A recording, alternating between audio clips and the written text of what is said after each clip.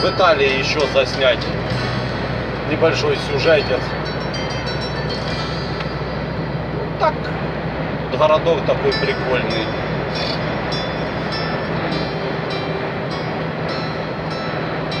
Речка тут так разлилась. У них.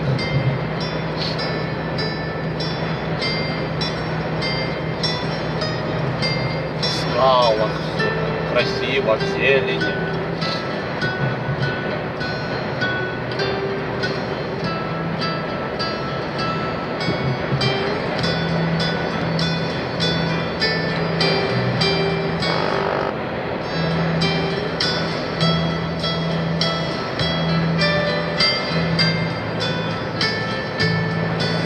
Экспромт.